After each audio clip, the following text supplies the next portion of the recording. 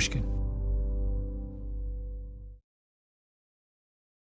Hello, Revisionist History listeners. Malcolm here.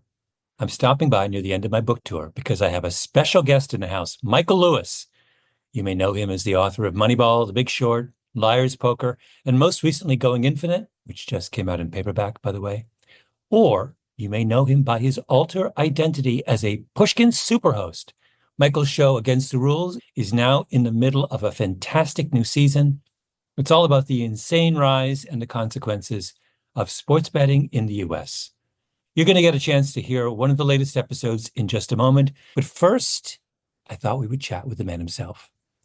Michael Lewis, welcome to Revisionist History. It's been too long. Yes. I haven't seen you in ages. I know. We need to right that wrong. Oh. So you've done this show about sports betting, and this comes after what? Your first one was about referees and then coaching, right? The Coaches. experts. We sort of set them all in the sports arena. And this is, we frame this as fans. And it's sort of like the fracking of the fan, how the sports leagues have decided to squeeze ever more juice out of the fan base. And 6 years ago, the Supreme Court repealed a federal ban on sports gambling. And at that time, the NFL, the NBA, Major League Baseball, the NCAA were all saying sports betting is evil. That it's just like it will destroy the integrity of sports, et cetera, et cetera. And there's long been this taboo in the sports world about gambling. I mean, not even gambling on your own sport. If you caught sports gambling, people have been tossed out of sports. And they flipped on a dime and essentially went into business with the sports gambling industry, and particularly FanDuel and DraftKings, the two sort of big companies at the center of this world. And there's this kind of sports gambling industrial complex that has arisen in the last few years. And it's really interesting. It's like, so the past seasons, I've loved doing the podcast. You are responsible for me doing the podcast. So, you kind of talked me into this. Yeah. And I love that. I love the way it works, kind of different muscles. And when you're writing these scripts, it's a different thing than writing the books. And I like it for all kinds of reasons. But up till now, we've taken themes. This season is 7 episodes, and it's variations on a theme, but it isn't one story. And in this case, this could be a book. It's like almost plotted like a book. And it's about this vast social experiment that's going on that's largely invisible because the consequences are sort of, you don't see it in the way you see, I don't know, opioid addiction or alcohol addiction. You're seeing this thing that historically regarded as a vice, understood to be kind of risky behavior, being foisted upon the American people, especially young American males, in a way that would have been unthinkable a decade ago. And it's sort of like how this is happening, how the industry works, what the economics of the industry are, where this is going, and the effects it's having on, we're talking to everybody from athletes to high school students who are creating sports gambling rings in their high school, and like ultimately how to defend yourself because the industry's coming for you or your children.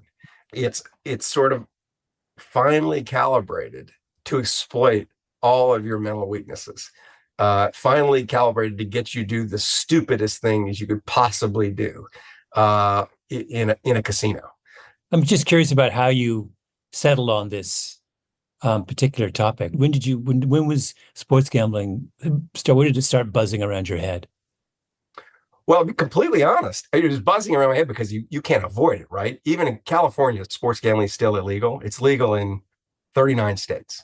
California is not one of them. Soon will be one of them, probably. But even in spite of that, living in California 4 years ago, I started getting bombarded with ads from DraftKings and FanDuel telling me to bet on sports. And the commentary around sports had completely changed. So it caught my attention then, but it was our brilliant producers who came and said, what do you think about this as a subject? And it instantly went, yes, like, yes, that it just hasn't quite been done. Sometimes the best stories are things that no one ever thought about. Some of the best stories is just like what's under your nose that no one's really noticed. And hiding in plain sight. Hiding in plain sight. The more we dug into it, the more shocking it was, just how predatory it is, just how as a business, FanDuel and DraftKings, the two companies at the center of the industry, they're framed in the public mind as always just fun, it's gaming or whatever. It's or maybe like a casino. It's not at all like a casino. These are businesses that really haven't ever existed before. It's casinos with unbelievable amounts of data about the gamblers and incredible ability to nudge the gamblers into ever and ever stupider things. And it's in your pocket. It was a combination of that kind of dragged me into it. And it was also just like the whole sports gambling as an activity is more interesting to me than casino gambling or even blackjack. We spend some time with sports gamblers, the very best sports gamblers who beat the house. And they're doing stuff very like what the Oakland A's front office did back in the late 90s and early 2000s, where they're doing a fresh analysis of the sports to glean fresh insights that the market, is sort of oblivious to, so that they get an edge. And that's interesting to me. It's like, at the same time, the corporate side of it is kind of dark and gross. The gambling side of it is kind of fun and interesting for the people who know what they're doing. I've been struck by how much the sports gambling has infected our world, podcasting. I mean, sports podcasts have turned into sports gambling podcasts. You got it. I mean, I spend many, many hours of my life listening to Bill Simmons, but it's like he mentions FanDuel in every second paragraph. They've rained so much money on media that there's just not much blowback. There's a huge financial disincentive to doing the story. Like, first question your business people ask me is, can we take FanDuel and DraftKings money? And very much not in your spirit, I said no. I know what do you mean? Very much not in my spirit. Because you were so because you were so good at plowing right through the ordinary ethical objections and getting to that and getting to the cash. It's so true. It's so true. Is it not true?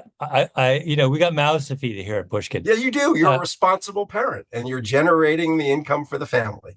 But I'm kind of I'm a wingnut off to the side of your operation, and I just said no. It's pretty clear that we've got to be completely free of the taint of their money. These two companies in the last 5 years have spent something like $2 billion each on marketing. And a lot of it ends up in the pockets of sports parties. Yes. $2 billion. $2 billion. Yes. That's like General Motors level. We had someone who I think is a trusted source tell us that they're the biggest advertisers in America. They're bigger than the beer companies. They're bigger than the car companies. And that isn't actually surprising to anybody who watches sports. It's like every other ad is an ad for gambling.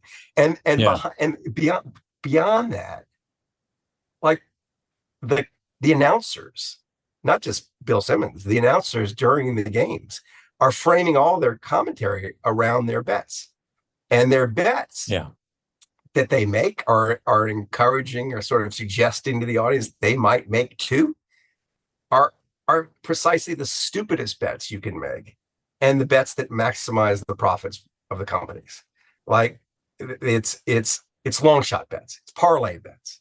Parlays, yes. And what it's taking advantage of, and we haven't quite got to this. I don't want to burn the season on your podcast, but the human mind makes all kinds of mistakes when it's placed in conditions of uncertainty. And one routine mistake it makes is that when it's given long odds, it starts to cease to make distinctions. So if someone offers you 40 to 1 odds on some parlay bet or 20 to 1 odds, you think, wow, I get $20 for every one I put up. And you don't stop to realize that actually the true odds are something like 100 to 1. You mean because you're betting on a series of long shots and you have to multiply out the odds to get the right. Yes, people don't do exponentials very well. And the mind gets sloppy when you're starting to present people with long shot bets. That's why people play the lottery. They've been kind of grooming the American gambler to move away from just betting on taking the Chiefs and giving up the points to these bets where the house take is multiples of what a casino takes for casino games. As a result, the two companies, they're both listed companies. Well, DraftKings is listed as DraftKings, and FanDuel is owned by its holding company called Flutter.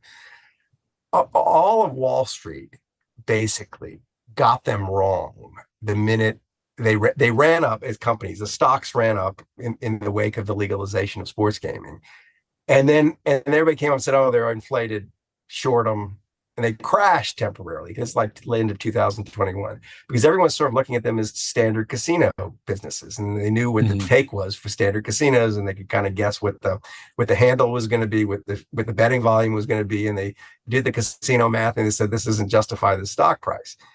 In fact, the take is multiples of what casinos and is growing the margins.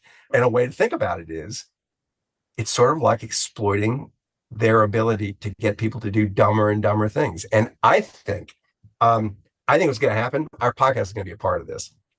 The way to address this is to make it clear that anybody who is a VIP of FanDuel or DraftKings or one of these sports gaming apps, or anybody who even kind of does it a lot, is like someone who's almost certainly making dumb bets because they on the other side of this, the gaming apps are really good at figuring out who's a smart bettor and kicking them out.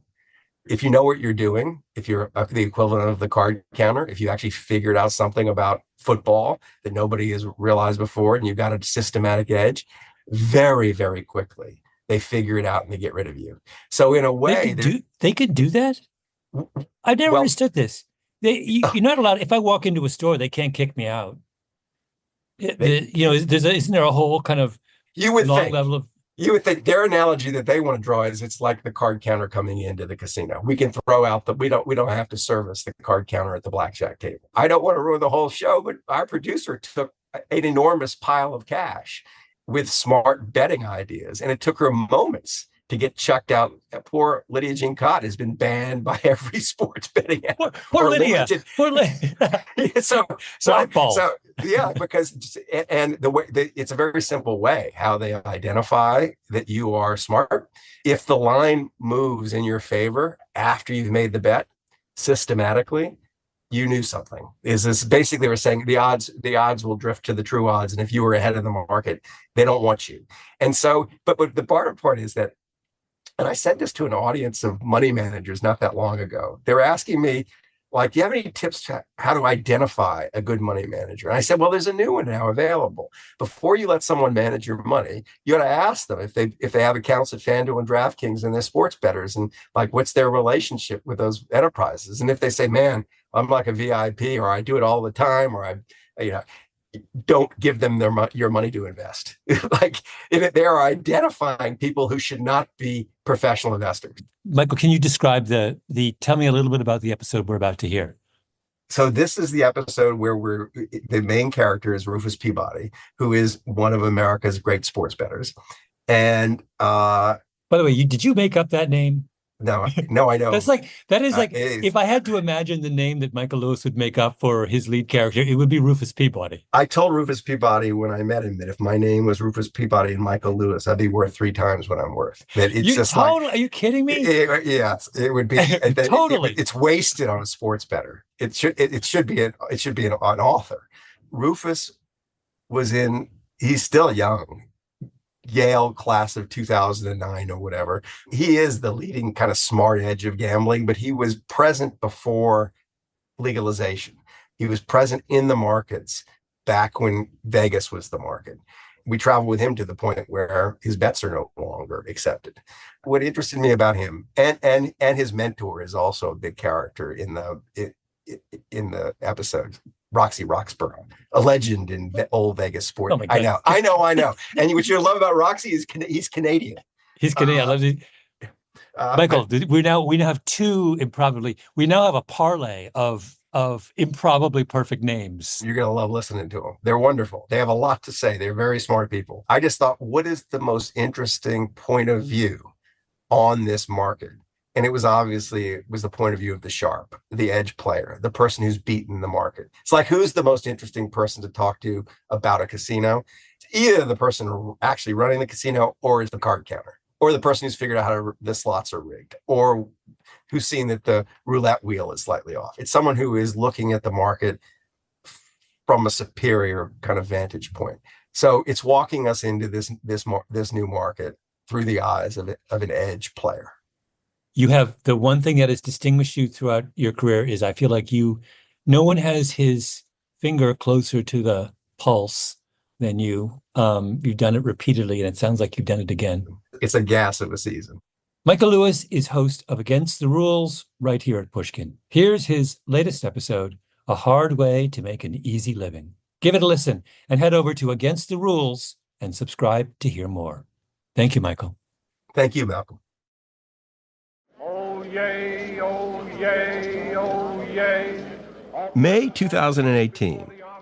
The United States Supreme Court strikes down the federal law that has effectively banned sports gambling in nearly every state.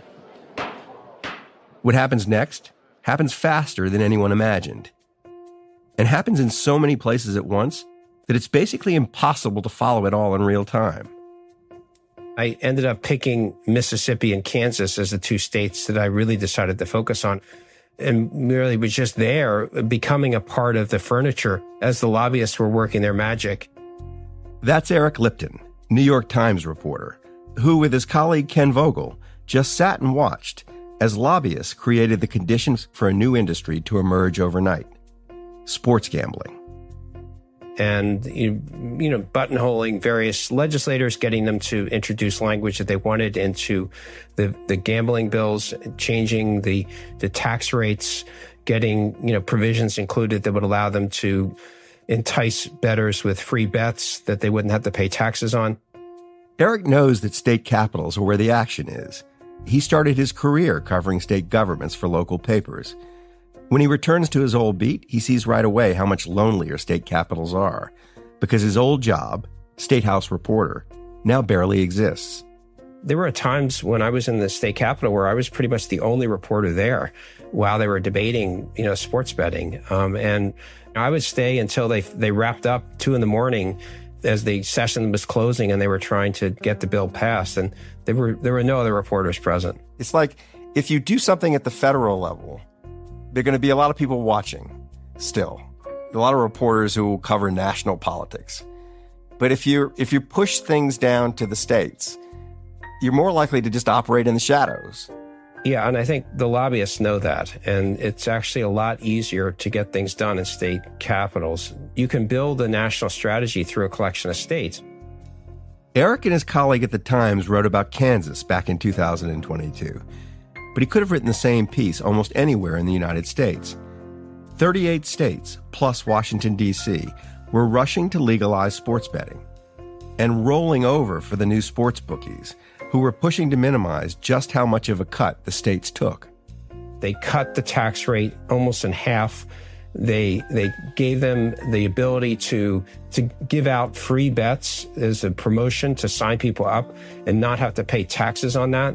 So essentially the state becomes a loss leader, a promoter of getting people into gambling by giving them tax-free promotions. And without a whole lot of pushback from anyone. Oftentimes the legislators weren't even aware that they were passing these things, or it was given to them at the last minute just before they were asked to vote on it, and they weren't even fully informed as to what they were voting on. Overnight, the states have gone from the bookie's cop to the bookie's partner. So have all the pro sports leagues, the NFL, the NBA, and Major League Baseball. The entire sports industrial complex now has a stake in the revenues that flow into sports gambling companies like DraftKings and FanDuel. There's now a vast new machine with one clear purpose: to maximize those revenues by maximizing the number of bets that Americans make on sports. A sports equinox is coming for sports. One day, one contest that's free to play. FanDuel Sports Equinox free play contest. It's as if when Prohibition ended, there were these two massive liquor companies sitting there with databases on individual Americans and their taste for alcohol.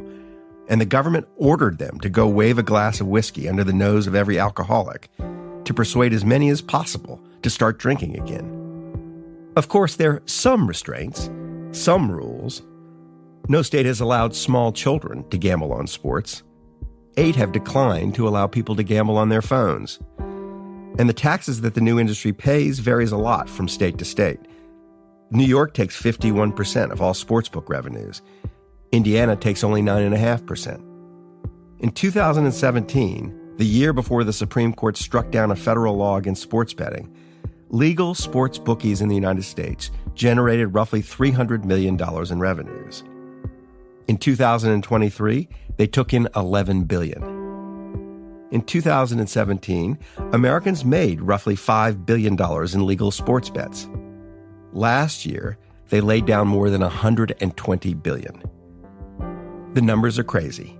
The consequences are even more so, and we'll be exploring them for the rest of the season. Take your shot at more than $270,000 in payouts. That's a lot of money. I'm Michael Lewis, and this is Against the Rules, a show where we look at specific roles in American life and how they're changing.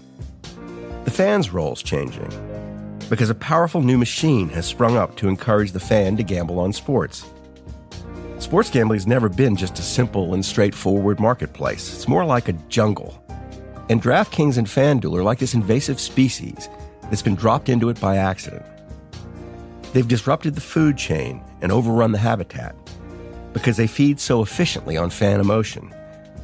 And fan emotion is the jungle's greatest food source. But they're also vulnerable to a creature that feeds on them.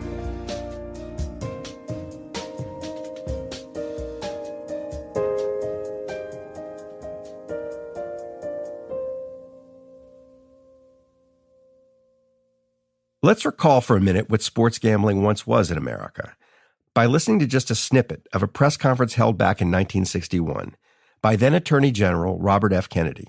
The report has been, since the passage of the legislation, that big-time gambling by the big-time operators has been materially decreased since the passage of the legislation.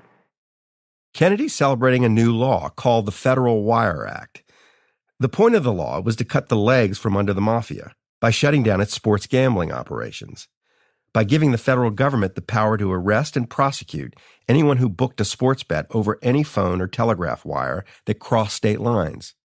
And in fact, the head of the Royal Mounted Police in Canada said in a speech last week that Canada will now have to pass legislation and take new steps because many of the big-time gangsters and hoodlums of the United States are now moving to Canada because of the drive that is being made against them here in this country. When you think of Canada, this isn't the first thing that pops into your head. Happy refuge for big-time gangsters and sports gamblers. But I don't know. It was a different era. I always had an interest in sports. My father coached me in swimming, coached me in tennis. But my world changed when I found out you could gamble on it. I became no longer a fan. I became interested in gambling. That's Michael Roxborough. Everyone just calls him Roxy now. He grew up in the 1950s in Canada, in a nice upper-middle-class family. He's now Zooming with me from a home in rural Thailand with the AC blasting in the background and a straw fedora on his head, and the emotional feel of a man in a witness protection program, a placeless man. But he really did grow up in Canada. When Roxy was a kid, there was a sports gambling market. It was smaller and more constrained than it is now, but very real. And its center was the pool halls of Vancouver, British Columbia. If you envision in the movie The Hustler, if you take a look at the pool rooms of that day, those were the pool rooms of my day.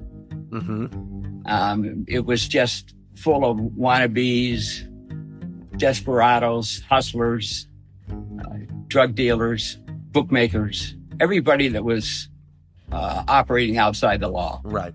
When you got the bug, what'd your parents think about it? Not too happy.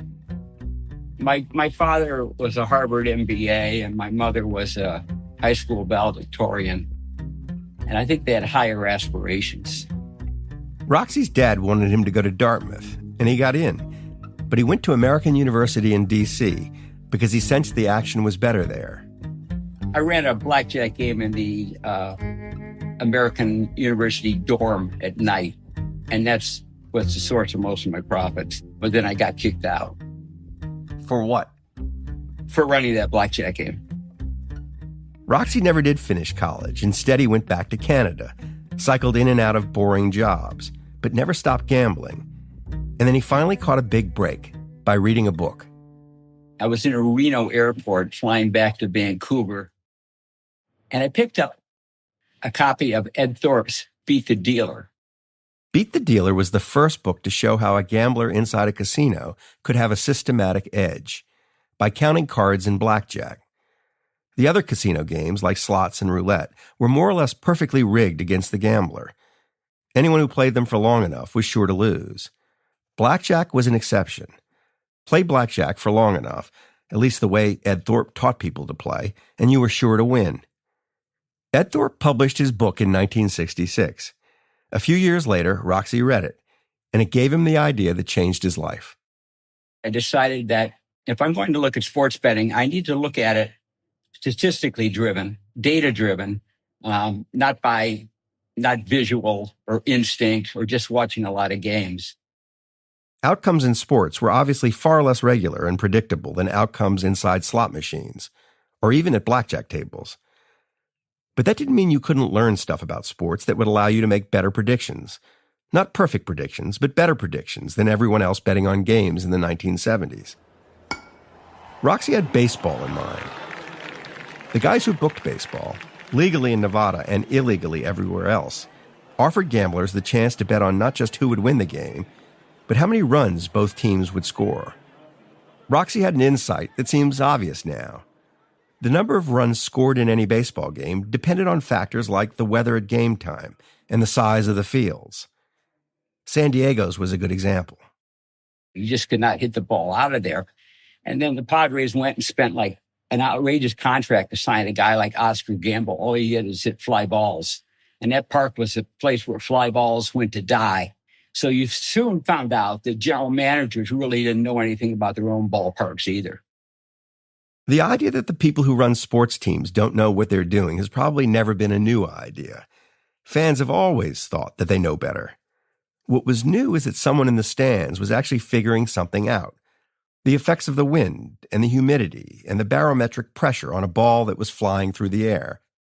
We started getting weather reports from all the cities to parse out which ones helped scoring or hindered scoring. And dimensions, right? I mean, just the length of the left field fence. Dimensions were important, and we found out a couple of the ballpark dimensional drawings were wrong. They had the North Pole wrong. What pointed north, because we went out and did them ourselves. Roxy moves to Vegas full-time in 1975 to bet on sports. And just by taking into account the weather and the size of ballparks, he's able to make a killing, while trying to avoid the people who know a thing or two about actual killing. Were the Nevada legal bookmakers effectively run by the mob? They would have had a hand until about Right. Till about the late 70s, probably, yeah. In that environment, was it dangerous to win too much? No, because actually what they would do is they could find somebody else who could take your bet and they can move it for more money someplace else in the country. The old sports gambling market inside the United States was shady, but it had its unwritten rules. And one was that they always took your bets. If you bet a lot, they eventually moved the lines. These betting lines were all set in Vegas. For a very long stretch, they were actually set in a single Vegas casino, the Stardust. The bookie at the Stardust set the odds, and everyone else just followed his lead. There was a bank of payphones outside the Stardust that were said to be the most profitable in the country for the phone company, because sports gamblers used them to relay the odds to the illegal bookies and bettors across the country. Communications back then was just a phone call. That was the only communications there were. In the late 1970s, the Nevada Gaming Control Board tossed the mob out of Vegas and out of sports gambling. And pretty soon, Roxy became old news. By the early 1980s, everyone knew that the weather and the size of ballparks had big effects on baseball scores. And Roxy never found another systematic edge. And his life became a bit of a mess. He'd been arrested for violating RFK's Wire Act. He'd taken crazy risks as an illegal bookmaker, and he'd run through 2 marriages. Is a gambling business hard on relationships? It's terrible. Why? It just sort of takes over your mood and your personality. I don't know anybody who's ever been in gambling thought they were a better person for it. It's interesting because when you think about why a person would drift into gambling in the first place, it would be because you think it might be an easy way to make money. Yes. It ends up being a harder way to make money. It does. What do they say? It's a hard way to make an easy living.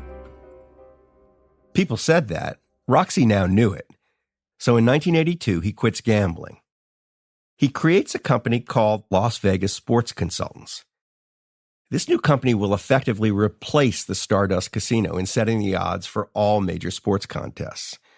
Roxy's just better at it. And pretty soon, he's selling his odds to all the sports bookies, including the Stardust. This makes sense to everybody in Las Vegas. Hiring Roxy to set the odds in sports is like hiring the first card counter to guard the blackjack tables.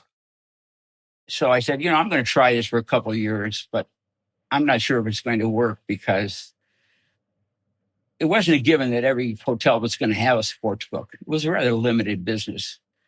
But that was one of my better decisions because it turned out to be a massive business. Sports gambling isn't exactly a financial market, but it rhymes with financial markets. What happens on Wall Street somehow eventually also happens in sports gambling. And Wall Street's about to undergo dramatic change. First, computers and then the internet will allow the markets to become a lot more complicated and the bets a lot more complex. The world's about to speed up, and a new kind of person with a different kind of education is going to enter it.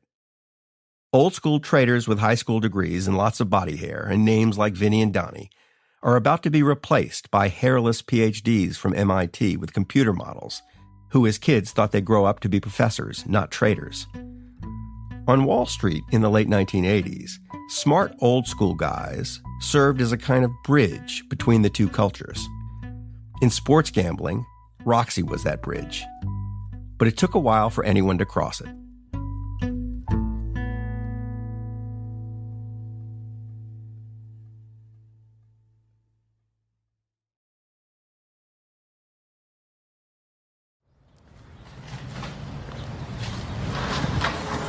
We're here to see Rufus Peabody. Okay. We're in the right place. Yes, great. We're still in Vegas, but far from the Strip. We're not going to be long. We're just going to make a bunch of sports bets. He runs an illegal gambling operation upstairs. Oh, does he? I never even knew this. You want any action? Jump over the Lakers. The real action is no longer on the Strip. The real action is basically invisible. But here, on the 17th floor, with a sweeping view of the distant casinos, Rufus Peabody lives and works. Rufus, we're here. Rufus Peabody is who crossed Roxy's bridge. I never was a bettor as a kid. I didn't know anything about sports betting. You didn't feel a little twinge of desire? None. Most people that got their start, they started losing and then they learned how to win. But I was never a bettor. I never grew up betting, like besides NCAA tournament pools, and I was always good at those. But for me, it was a game. And I'm a risk taker, but I'm not a gambler by nature. Rufus grew up outside of Washington, D.C. Always loved sports. Thought he might like to be a sports journalist. He still reminds me a bit of a journalist. He's a watcher, a person whose eyes move more than his mouth. But even when he was a kid, his mind took him places that journalism usually doesn't. So it was, this team won 82-64, but why did they win? Basically, I kind of wanted to report on the why it happened rather than just this guy got 18 points and 12 rebounds and this team won, right? I kind of wanted the story of why. Right. You wanted explanations. I wanted explanations. In 2004, Rufus graduated from high school and went to Yale. He was still obsessed with figuring out why. He studied statistics and built models that predicted the performance of athletes and the outcomes of sporting events. Not because he wanted to gamble on them, just because it was cool to figure out stuff that even people who run sports teams don't know. He wanders around Yale looking for someone to teach him more. Rufus wants to do a thesis on, if I remember correctly, behavioral biases in the baseball betting market. He's who Rufus found. His name is Cade Massey. He's a professor of organizational behavior. Was it interesting? Oh, yeah, absolutely. I mean, what's not interesting about trying to find psychological mistakes that people make with hundreds of thousands of observations of real money being bet. And he found mistakes. I mean, he was finding profitable strategies right off the bat. Rufus just kept asking questions about the behavior of sports gamblers. He still wasn't placing bets himself. He was just working with his professor to build a model to predict college football scores. They pitched it to the Wall Street Journal, and the Journal agreed to publish their college football picks of the week. It was just how they would bet, were they to bet on college football. And he would then post our picks of the week. We were just posting them because we were working with the Wall Street Journal. So post them on Tuesday or Wednesday, and then he would watch as the prices started moving on his screen. Oh, my God. Which is to say the sports gambling market would see their picks and move in response because the market figured out that their picks were that good. Within a year or so, we quit posting college picks because it was getting too much in the way of what he was trying to do. Because he wanted to bet it himself. Because he wanted to bet it. And if they're so good, you would bet them. You wouldn't sell them. Right. I mean, it was bound to eventually occur to Rufus that if he could predict the scores of college football games, then he should just bet on them himself. But it's funny how he got there in his head. Roxy Roxborough had started as a gambler, who then set out to find some kind of edge to bet. Rufus Peabody started by finding these edges and kind of stumbled into gambling. And then found Roxy. During Rufus's junior year at Yale, he read an article in ESPN about Roxy's sports analytics company, Las Vegas Sports Consultants. Roxy's company wasn't used to getting resumes from Yale juniors, but they gave him a summer internship anyway and showed him their world from their offices right next to the Las Vegas airport. They would bet on what plane was most likely to land next, right? And this is like sort of pre-internet days or being able to see flight plans and stuff like that. And so it was like, okay, American Airlines is like 6-1, Southwest is 2-1, whatever. What people didn't realize, though, was Roxy actually had a contact in the control tower. And so Roxy won. He made money off of these bets. But he didn't make enough to draw suspicion. That was the key. But he would occasionally hit the Japan Air at 300-1, right? Or whatever. Roxy's crew would bet on everything. Rufus wasn't like that. He didn't even think of what he wanted to do as gambling. But he did want to understand this other world. This world where people bet on anything that moved. They shared the building with American Wagering, so with Leroy's, which was a sort of third-party sportsbook operator. Leroy's didn't have a casino, but they were in casinos like Hooters or terrible Herbst, right? Hooters has a casino? Yeah, Hooters Casino. It's on the Strip. It's right Tropicana, basically. All right. Yeah. So I meet the head trader there. Right. And I have all these questions. A bookmaker can make more money. Let's say if they know the public's bias, they can make more money setting a line somewhere between the true price and the price the public thinks. That's the way to maximize. There's no reason you should understand what Rufus just said there. But let me try to explain it because it tells you a bit about how this old school sports gambling world works. The line is just the odds or the point spread.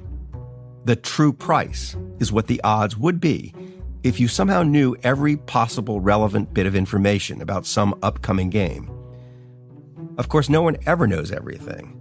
So there is in reality never a perfect true price, just some number that the smartest and best informed bettors agree on. Say they agree that the Packers should be 8-point favorites over the Cowboys. But most of the gamblers are Cowboys fans, and the Cowboys fans think the Cowboys are only 3-point underdogs. Rufus was asking the bookie if he thought he could entice the public to make more stupid bets if he set the line not at the true price of 8 points, but at, say, 5 points. Because Cowboys fans will think the Cowboys are better than they actually are and bet even more. I said, theoretically, you can make more money setting a line somewhere between the true price and where the public thinks the price is. And he says, theory? In theory, a dick don't fit in an asshole.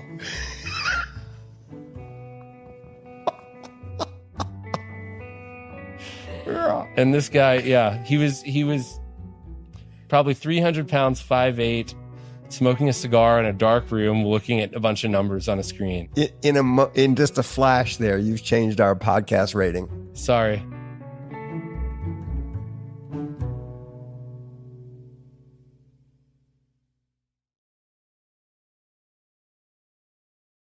Rufus Peabody, recently of Yale, is no one's idea of a hustler. He's too sweet-natured and even-tempered, and way too open to telling other people about the stuff he's learned. He finishes up at Yale and moves back to Vegas to work full-time at Las Vegas Sports Consultants. But now Rufus thinks he might have an edge, and people in and around Roxy's firm think that maybe he's right. The Super Bowl was my first big break, Super Bowl 2009. Okay. I had made a friend with a professional sports bettor, a guy that bet baseball. And he loaned me $10,000 to bet. I had my own $10,000 to $12,000. My boss, Kenny, unbeknownst to everybody else, invested $40,000 in me and gave me a 20% free roll on it. Meaning that if it wins, you take 20% of the profits, but you suffered none of the losses. Correct. And so I ended up with close to $60,000 bet on the Super Bowl. And so I basically was pretty leveraged. Yeah. And I remember being like, if this game doesn't work out, I gave it a shot. All right. And what is causing you to have such conviction about a game? Oh, nothing. It wasn't conviction about the game. It was betting the props. The props, short for proposition bets. Not on the whole game, but pieces of the game. The standard story, which is almost certainly not true, was that the prop bet was invented for the 1986 Super Bowl between the Chicago Bears and the New England Patriots. The Bears were such heavy favorites that Vegas had trouble ginning up interest in the game. So a Vegas bookie created a side bet. The odds that a Bears defensive tackle named William the Refrigerator Perry would score a touchdown. It was a long shot bet, and the betting public loved it, and Vegas bookies lost a fortune when the fridge did indeed score. But back to Rufus, and forward to the Super Bowl of 2009. The Pittsburgh Steelers played the Arizona Cardinals. Rufus wasn't betting the whole game, but pieces of the game. His pro football model spits out odds for all this weird stuff that Vegas bookies are now offering bets on. The odds that Steelers running back Gary Russell will score the game's first touchdown, for example. Rufus has vast troves of data to mine. He can do stuff with it that Roxy would never imagine. He could do stuff that even the people who run the Pittsburgh Steelers would never imagine doing. I mean, even Gary Russell likely has no idea that you can calculate the odds that he will score the game's first touchdown. But Rufus can. His model puts those odds much higher than the bookie's odds. So in Rufus's mind, it's a great bet. He makes dozens of similar bets. Bets where his model tells him that the bookies are giving him better odds than they should. I still remember going, it was like Harrah's, Caesars, the Rio. I ended up getting down like $200 at a time, like $5,000 positions on a few things like that were really good. And so I was diversified.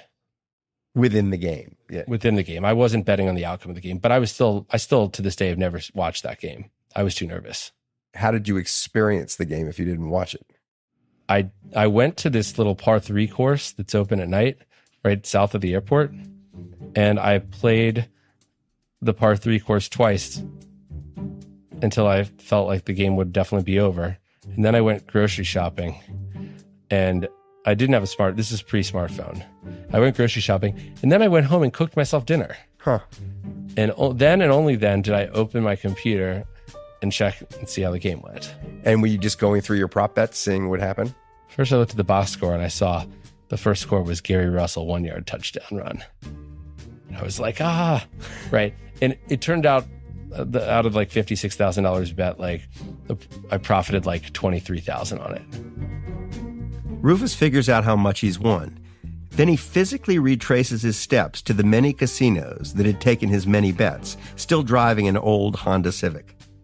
You had all these little tickets. You have to, you go cash them. Each one individually. Mm-hmm. So you must have had 100 tickets. Oh, yeah, probably. He just drives around Las Vegas, and the money piles up. And I remember having like $30,000 on that front seat and being like, oh my God, so much money.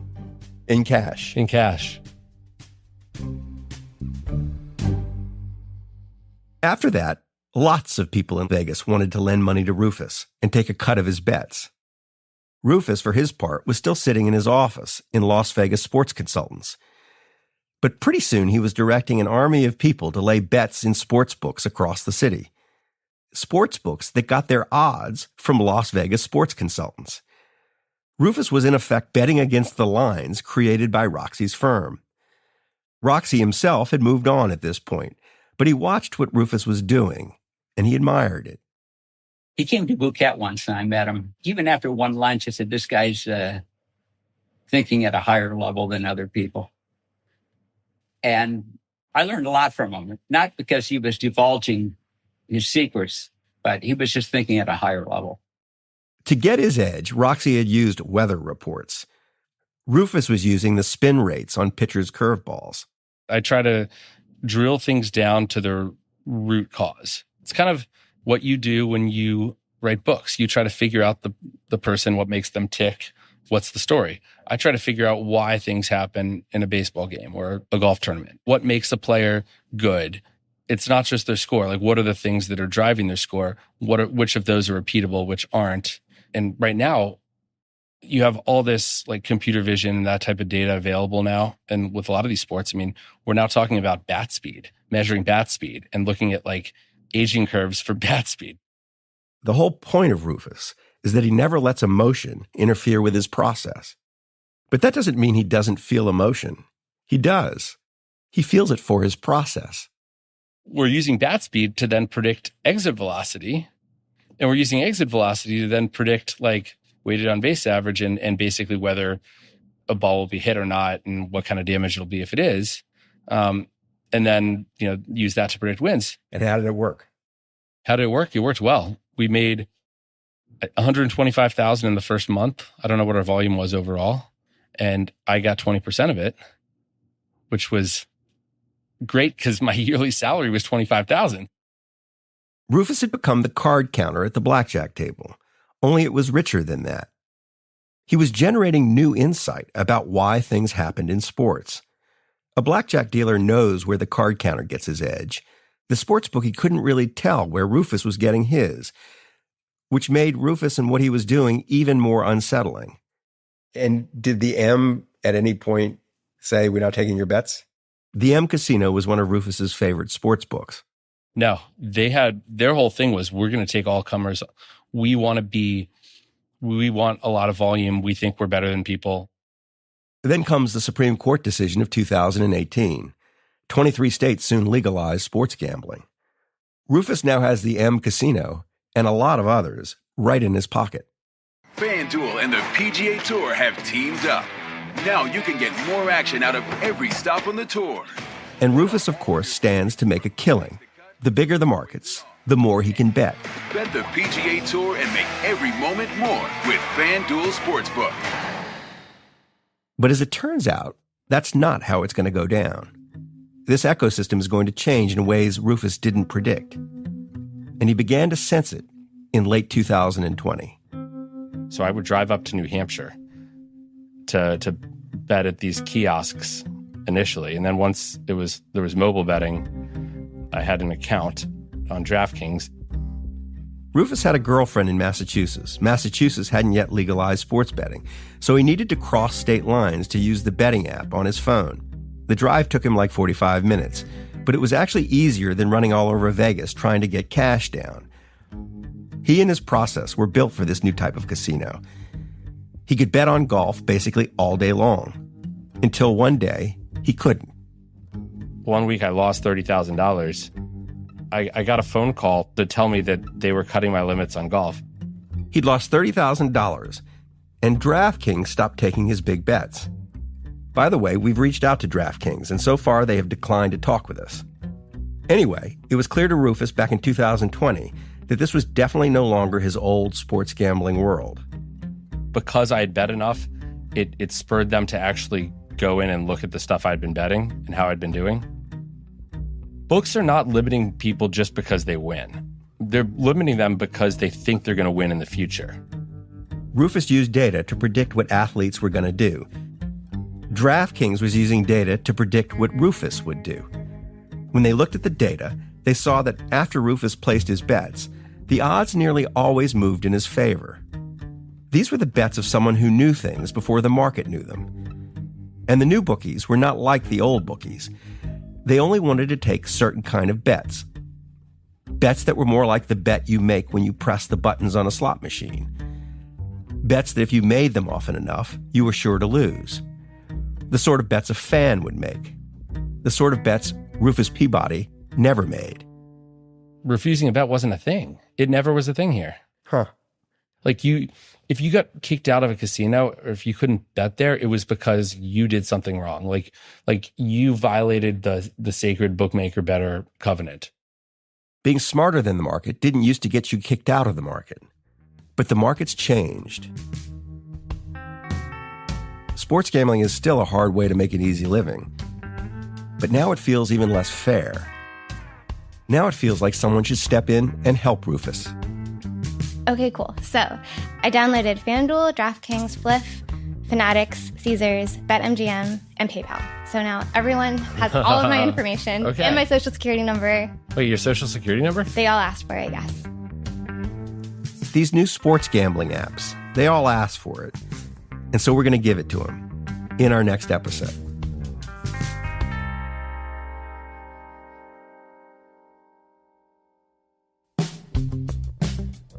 Against the Rules is written and hosted by me, Michael Lewis, and produced by Lydia Jean Cott, Catherine Girardeau, and Ariella Markowitz.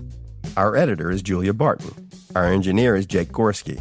Our music was composed by Matthias Bossi and John Evans of Stellwagen Symphonette. Our fact-checker is Lauren Vespoli. Against the Rules is a production of Pushkin Industries. To find more Pushkin podcasts, listen on the iHeartRadio app, Apple Podcasts, or wherever you listen to podcasts.